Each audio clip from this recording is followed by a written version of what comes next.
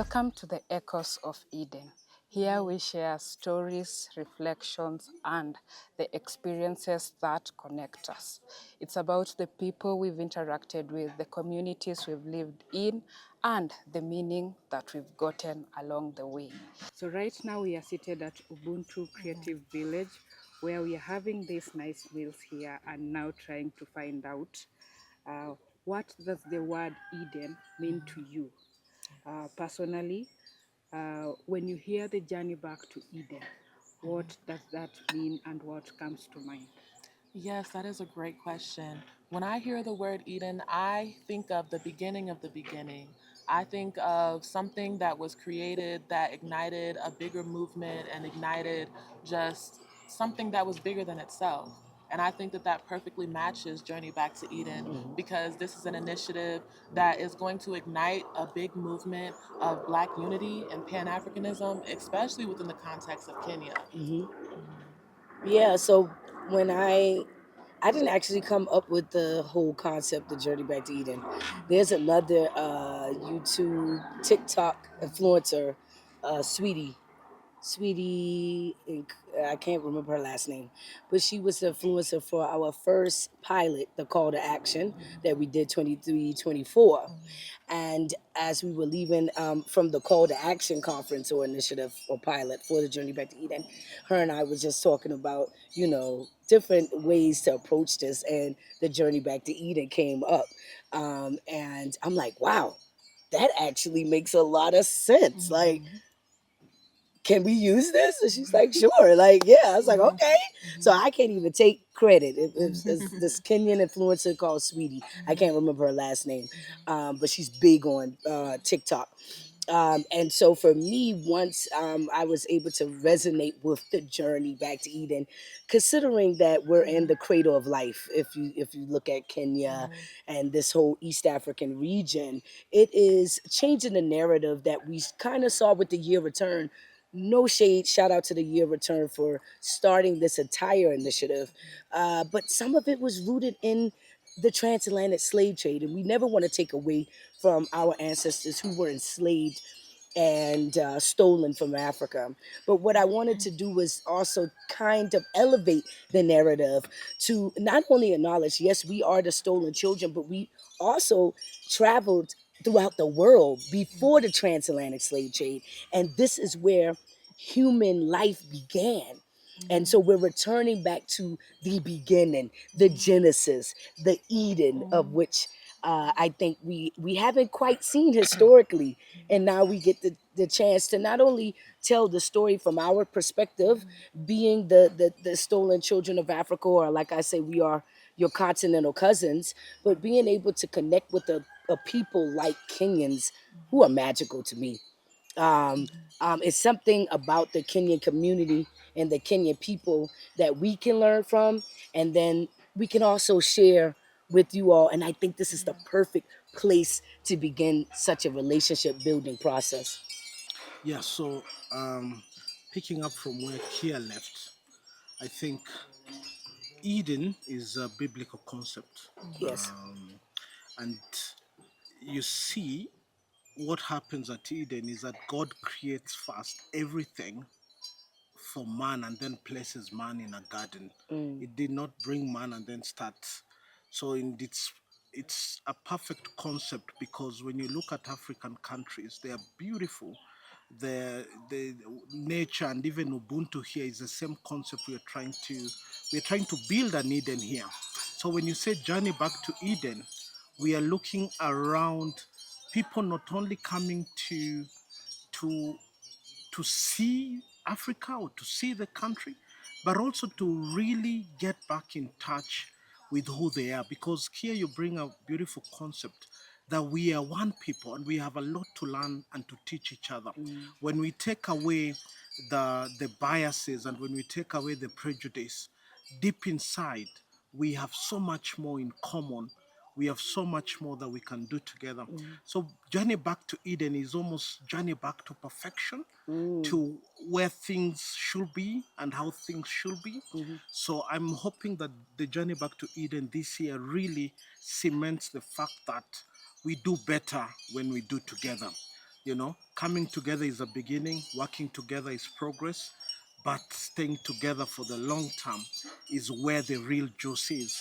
And I'm hoping that the Kenyans here, I'm a Kenyan, and I love to welcome all of you and many more to come to this beautiful country. We are just a representation of what Africa is. We really do love people. Yeah. In a Kenyan home, you can stagger when you're getting drunk and knock into someone's door. No one is gonna come out with a gun. They're gonna come out with some porridge and say, "Hey mate, you're lost, but come in." That I am 42. I have never seen a gunshot. I have never that level of peace and that level of sometimes the things we watch, not just in America but all over the world.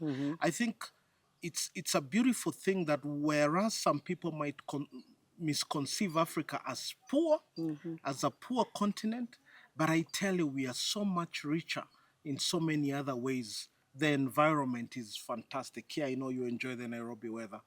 Absolutely. The people are amazing, the flora and fauna. So yes, there's so much to learn from the US, and we actually look up to the US as our big brother. So these conversations don't have to be negative. A lot of people always bring the negative connotations, but the truth is, between Africa and the US, and we have a lot to teach each other. But welcome home, because Africa is where it all began, and Kenya is the epicenter of it all. Asante. Miss I think you Taja. guys said it best. I don't need to add to that. Okay. So Ubuntu means I am because we are. Can you share a moment in your life where community or togetherness made a whole difference for you?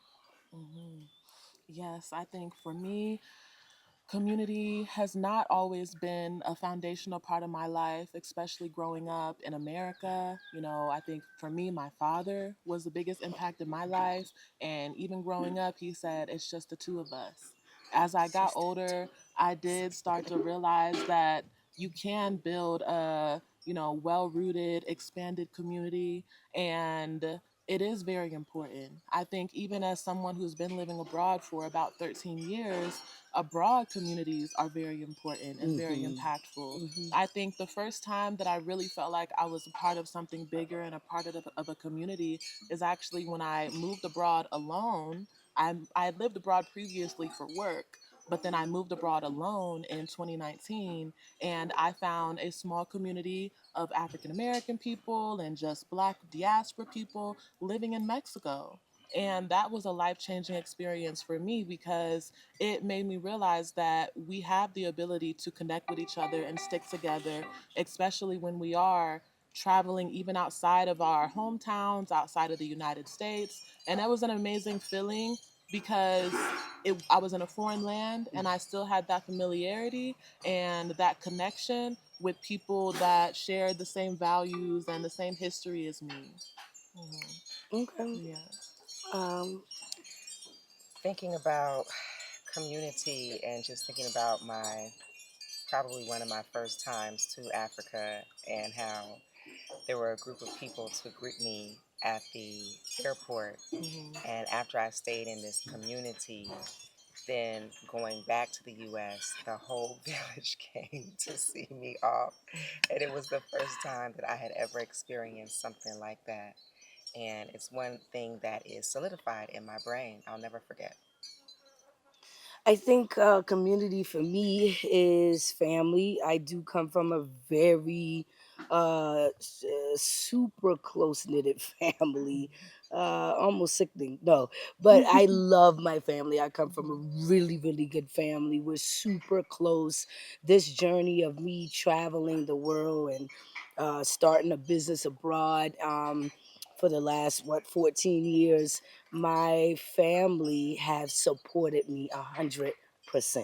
No one, I mean, no one has made me feel like I was crazy. Of course, I've always been the rebel and the radical one, but they've supported me. And not only support me, I'll keep it 100. They've supported me financially in terms of my business. I haven't had to go outside of my family to get business loans and things of that nature to support me. So I take that with me when I travel the world and I start connecting with people who are probably a part of my tribe, because I say the African American community, we are our own tribe of people. But then also coming to Kenya and building my own family here in Kenya for all of these years and been able to sustain those relationships consistently. I take my family with me while I build new community around the world. So that's what it means to me Yeah, overall. yeah, yeah. That's well said. For me, the Ubuntu connecting with community is when you have the ability to look outside of you and reach out to someone else. Because the origin of the word Ubuntu is a missionary who came to South Africa and he places sweets under a tree and he asks 10 kids.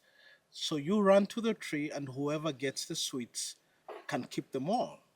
But to his amazement, these kids, instead of instinctively, they didn't go and talk about it. They just held hands, walked towards the sweets, shared two each, and walked back. And he was very amazed. And he was like, hey, why couldn't you just run and have 10 sweets? And they were all like, hey, what beauty is there in me eating 10 sweets while my neighbor is looking at me wondering why I'm very selfish. So community is when we root out selfishness from within us and are able to reach out to the next person and share even a kind word. And even sometimes the black community, we're very hard on each other.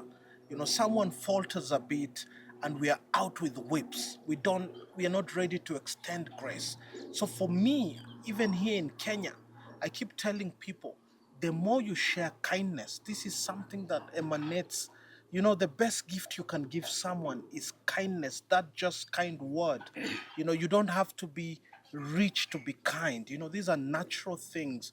So for me, community is rooted in shared values, because then anywhere you go, whether in Mexico, whether in Papua New Guinea, whether in Kenya, you extend that family of brotherhood and sisterhood through kindness, love, and grace. You know, so you can build a community anywhere. And I know family is the blood that, you know, comes from us, but friends and community is the family we create for ourselves Right. beyond the family in which we are born. So community to me means a lot, and it's at the core of everything we do here at Ubuntu. Ubuntu. Even when my staff get it wrong, I really, you know, sometimes I get it wrong, we get it wrong. Kindness, you know, when you're able to be kind and look outside of you and, you know, root out selfishness, because the capitalistic mentality is the anti of Ubuntu, you know. So a capitalistic mentality wants it all for me. But the Ubuntu philosophy, which we must all be cultivating, is it possible that all of us on this table can make a life and share in that life? I talk too much. Next. Well, one thing that I do want to add is that there is, in some circles on social media, this beef, this manufactured beef between Africans and African Americans. And here we are seated together, Africans and African Americans, and we are sharing Yep. in Ubuntu. So I think JBE is a great opportunity for people to see for themselves that they are welcome here, despite the vitriol that you're seeing, that I believe is state sponsored. Right. You will come here Yep. and you will be welcome. Yep. Like, we're all human. So, you know, we're going to have our biases and Yep. our Yeah. prejudices. But overall, people, as you said, do admire us, have studied our movements, and are living our culture. Yep. And for the most part, people are welcoming and want to see us come home. That's Yep. true. Welcome That's home. true. I'll say. Yes. So, what part of the Eden experience here at Ubuntu has touched you the most? Is it the wellness here, the nature, the community, the food, and why? Yes, that's a great question. I think that being surrounded by fresh air and nature is healing in and of itself. And the community has been an amazing experience as well. The staff has been very friendly, and I've been able to unwind and just unpack the stress and tension an hour away in Nairobi. And it's very close to Nairobi. And I feel like that also speaks to the diversity of Kenya as well. You can be in a fast paced city hustling and grinding, and then an hour away, there's an oasis that allows you to unwind and rejuvenate yourself before you have to go back into the belly of the beast. Yes.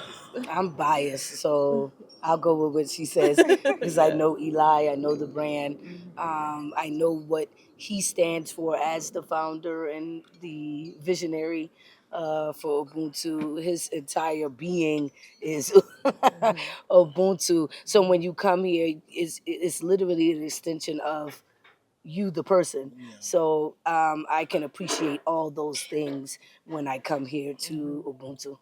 Thank you. For me, it's simple meeting new friends, and we are sat on a table as if this was meant to be all our life. That's amazing. That's extending family, and it's at the very core of who I am. I love to build and extend family, and sharing a meal at a table is such a sacred thing for me.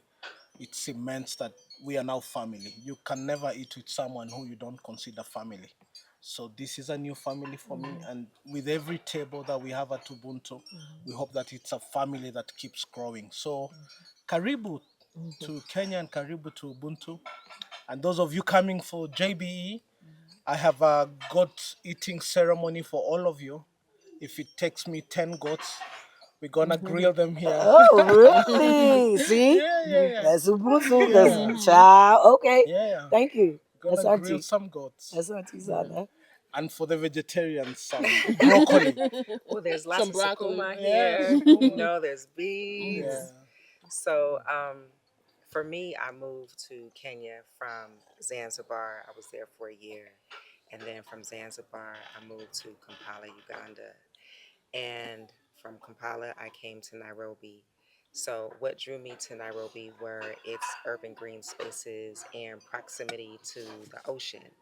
But one of the things that I didn't count on was how fast paced Nairobi is. It truly is a metropolitan city.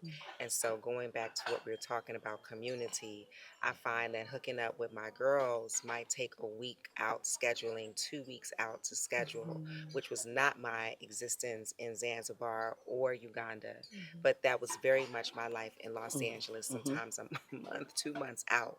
So coming here to Ubuntu, the first thing that I noticed was the energy was just very light, very airy, whereas the energy in Nairobi can be very thick and very frenetic. So coming here and being able to slow down in every way is very healing. And then also being surrounded by so many trees. Studies show that if you're in a hospital and you have a tree outside your hospital window, you heal faster. So waking up and then just having trees 360 degrees was wonderful. Yeah.